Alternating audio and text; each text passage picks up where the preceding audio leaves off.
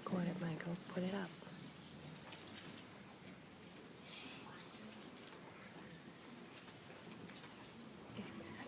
Mm-hmm.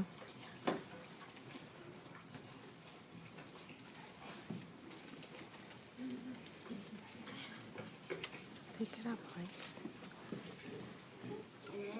And as for you, raise a dirge concerning the chieftains of Israel, and you must say, what was your mother?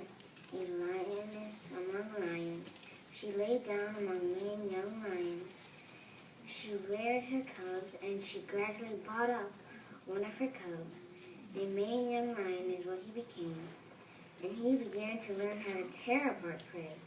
He devoured even earthling men, and nations kept hearing about him.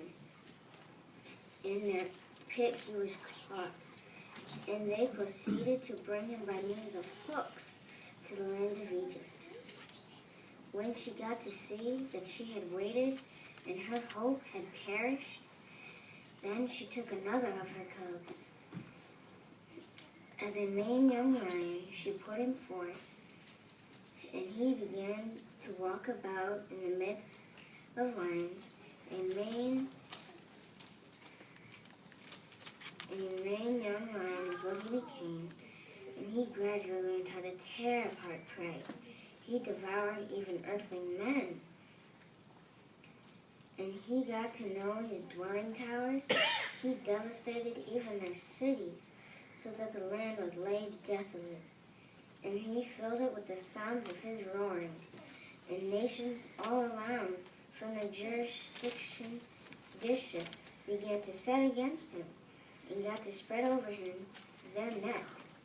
In their pit he was caught, and finally they proceeded to bring him by means of hooks to the land of Egypt, to the king of Babylon.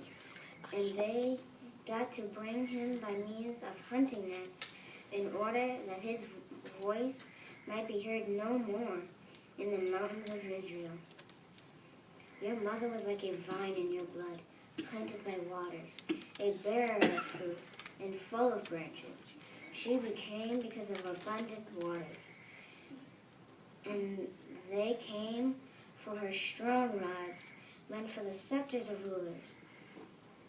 And its height gradually became taller among branches, and it got to be visible because of its tallness, because of the abundance of its foliage.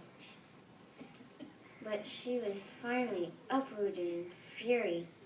To the earth she was thrown, and there was an east wind that dried up her fruit.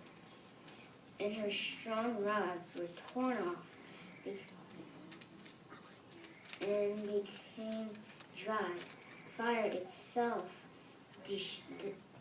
destroyed it. And now she is planted in the wilderness in a waterless and thirsty land.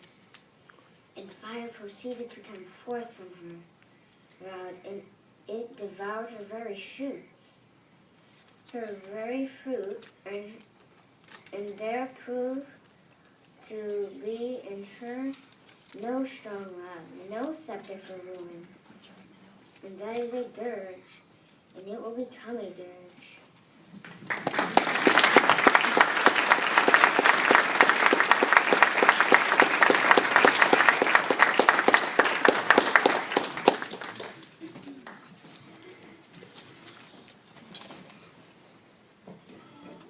Thank you, William. Outstanding reading. You sound like a veteran of the school, and I know this is your first time. Your only assignment for the school was to get up here and make Jehovah's heart glad. You did that. I think it probably made your parents' hearts glad, and some of your friends that are visiting, and relatives, and the whole congregation. So we appreciate your having trust in Jehovah and knowing that you get through this, you can rely upon Him. But you read very, very well. You read slowly and deliberately. Most of us, when we're nervous, we get up here and just read as fast as we can read. You didn't do that, and you should be proud of that. And you read with feeling. In other words, you emphasize certain words like fury, and thrown down, and torn up, or whatever the exact phrase was. You emphasize those words because if you throw something down, you're taking it's a strong action verb. And so you helped us visualize that by the way you read it. So I thought you certainly did an outstanding job, and we'll give you an assignment soon on the school again to help you continue to make progress. So, good job.